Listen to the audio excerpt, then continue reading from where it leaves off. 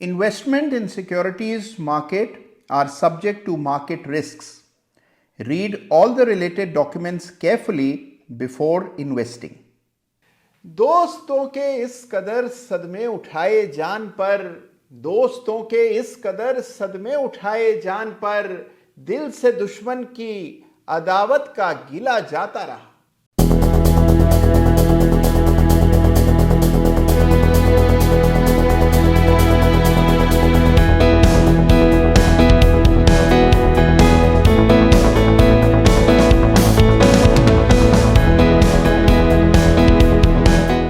नमस्कार, जय Shri Ram. Chart of the week के एक बिल्कुल ताजा तरीन एपिसोड को लेकर आप सबके सामने मैं हाजिर हूं और इस सप्ताह भी हर सप्ताह की तरह बेमिसाल चार्ट्स का जिक्र करेंगे। लेकिन एक चीज हमेशा की तरह याद रखिए, चार्ट ऑफ द वीक में जिस किसी चार्ट का भी हम जिक्र करते हैं, बातचीत करते हैं, उल्लेख करते हैं, किसी भी चार्ट, शेयर, कमोडिटी, इंडेक्स पर मेरी कोई भी खरीदारी या बेचने की राय नहीं होती है। केवल वो चार्ट्स जिनसे कुछ सीखा जा सकता है, जिनको समझने के बाद आपका एनालिसिस और मजबूत हो सकता है, उन चार्ट्स का जिक्र हर सप्ताह चार्ट ऑफ द वीक में होता है। और आज भी हम एक बहुत इंपॉर्टेंट चीज चार्ट ऑफ द वीक से सीखने जा रहे हैं और वो है रिट्रेसमेंट। लेकिन रिट्रेसमेंट से पहले आइए चर्चा करते हैं एक ऐसे चार्ट की जिसकी धूम पूरी दुनिया में है। यह चार्ट है बिटकॉइन का। जी हां, बड़े अरसे बाद बिटकॉइन में एक जबरदस्त तूफानी तेजी देखने को मिल रही है। देखते ही देखते बिटकॉइन, जिसको सब राइट ऑफ कर चुके थे, सब सिरे से खारिज कर चुके थे, वो आज $62,000 के लेवल्स को छू चुका है। तो आइए इस सप्ताह के चार्ट ऑफ द वीक की शुरुआत बिटकॉइन के चार्ट से करते हैं। और जब इस चार्ट को आप गौर से देखते हैं तो आप देखते हैं कि $31,000 के आसपास बड़ा ब्रेकआउट हुआ और उसके बाद से बिटकॉइन में लगातार हमने तेज रफ्तार बढ़त आते हुए देखी और अब बिटकॉइन एक मेजर कंजेशन जोन के आसपास चल रहा है। अगर ये लेवल्स पार हुए तो बिटकॉइन में आपको नई तेजी बनते हुए दिखाई पड़ेगी। तो जरूर से बिटकॉइन के चार्ट्स को भी देखिएगा। चाहे बिटकॉइन लीगल हो या ना हो, एक एसेट क्लास ग्लोबली जरूर है और इसलिए बिटकॉइन के चार्ट्स पर लगातार पैनी नजर जरूर रखिएगा।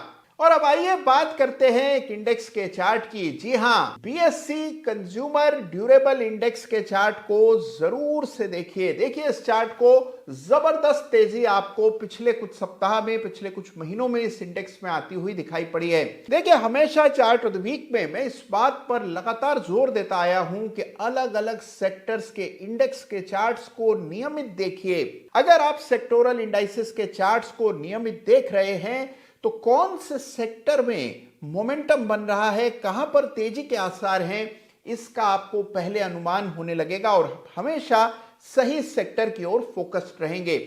तो इस सप्ताह बीएसई कंज्यूमर ड्यूरेबल्स इंडेक्स की हम लोग चर्चा कर रहे हैं और इस इंडेक्स में बड़ी तेजी आते हुए नजर आ रही है। हायर बॉटम्स की श्रृंखला चार्ट पर दिख रही है।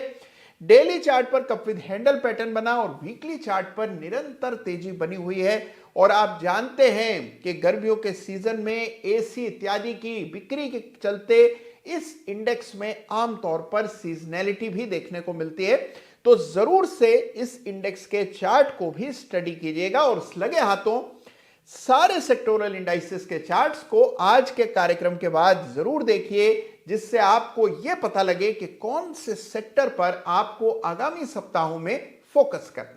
और अब बात इस सप्ताह के चार्ट्स ऑफ द वीक की। लेकिन उससे पहले इस सप्ताह एक कॉमन थीम है चार्ट ऑफ द वीक और chart of the week runners up की, और यह थीम है रिट्रेसमेंट। रिट्रेसमेंट मतलब टू रिट्रेस। रिट्रेस मतलब पीछे आना। जो आगे गया है वो पीछे आता है तो उसको रिट्रेस कहा जाता है।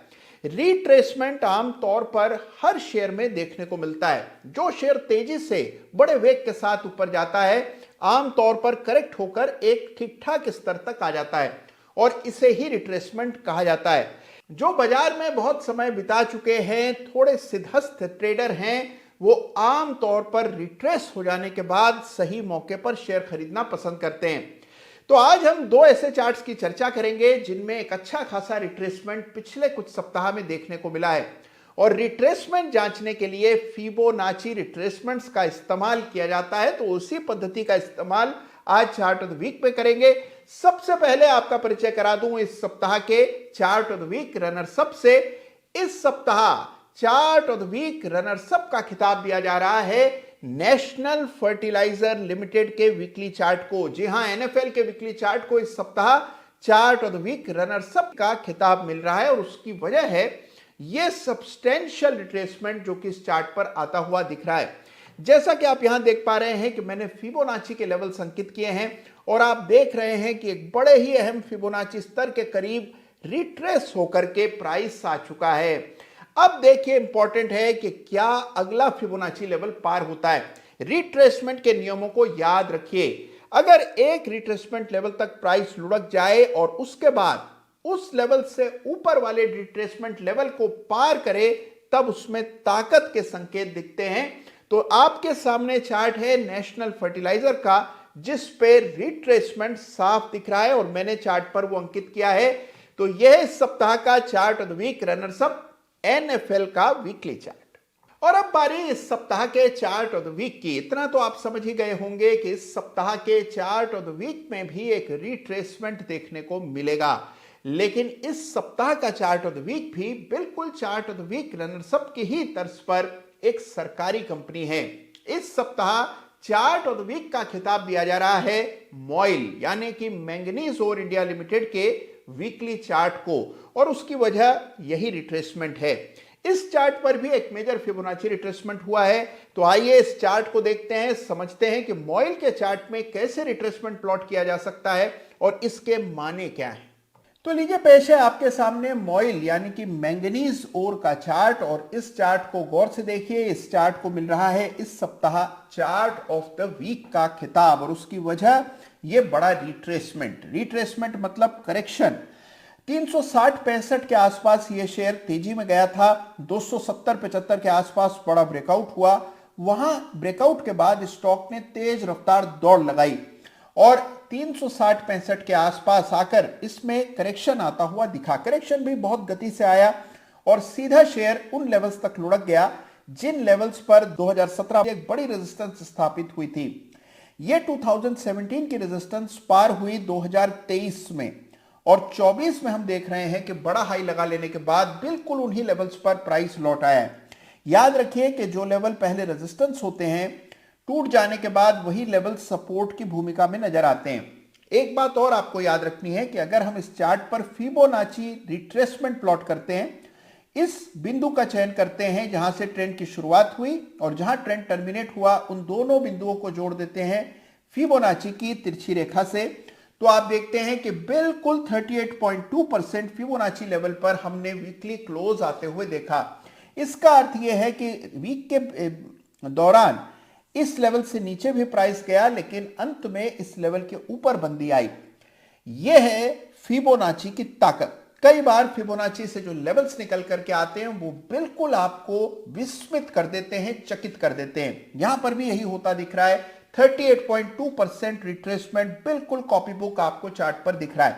अब इसके मायने क्या है? मायने यह है कि पहला रिट्रेसमेंट लेवल है, यह लेवल टूटा तो फिर अगला लेवल काफी नीचे यानी कि 250 के करीब है। यहां से अगर प्राइस पलटता है और अगले हायर फिबोनाची लेवल को पार करता है तो हमें इस बात की पुष्टि हो जाएगी कि यह केवल रिट्रेसमेंट था और रिट्रेसमेंट के बाद ट्रेंड रिजम्पशन होता हुआ नजर आ रहा है। तो 38.2% लेवल, जो कि इत्तफाकन एक बड़ा सपोर्ट लेवल भी है इस रेजिस्टेंस की वजह से, बिल्कुल उन स्तरों के करीब अब ये चार्ट ट्रेड कर रहा है।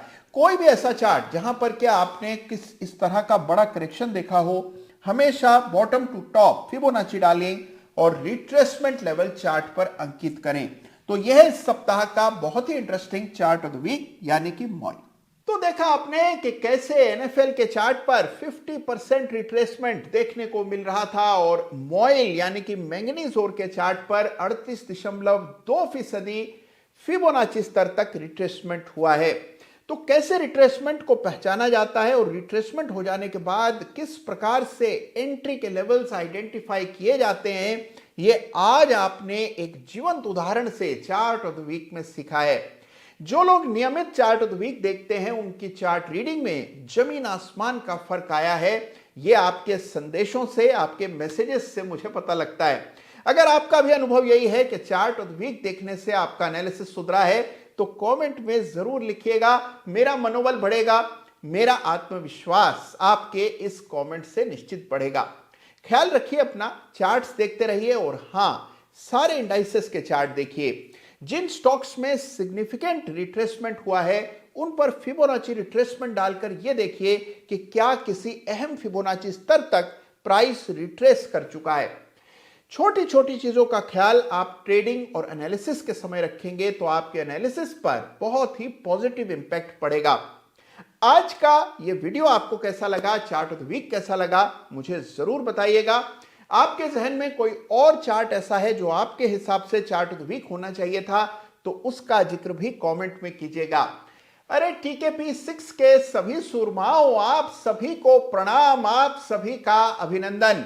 भाई देखिए, अगर अभी तक आप टीकेपी 7 में नहीं जुड़े हैं तो बिना समय गंवाए टीकेपी 7 में जुड़ जाइए। टीकेपी 7 में हम बात करेंगे कैन स्लिम मॉडल की, जो कि अपने आप में एक जबरदस्त कॉन्सेप्ट है, और टीकेपी 7 में जुड़ने से आप इस कॉन्सेप्ट को भी जान जाएंगे। तो टीकेपी 6 के सभी सदस्यों से मेरा पुरजोर आग्रह है, टीकेपी 7 में समय रहते पंजीयन कराइए। अपना ख्याल रखिए, अपनों का ख्याल रखिए, चार्ट्स देखते रहिए, इंडाइसेस के चार्ट देखिए। धन्यवाद आपका। जय हिंद, जय भारत।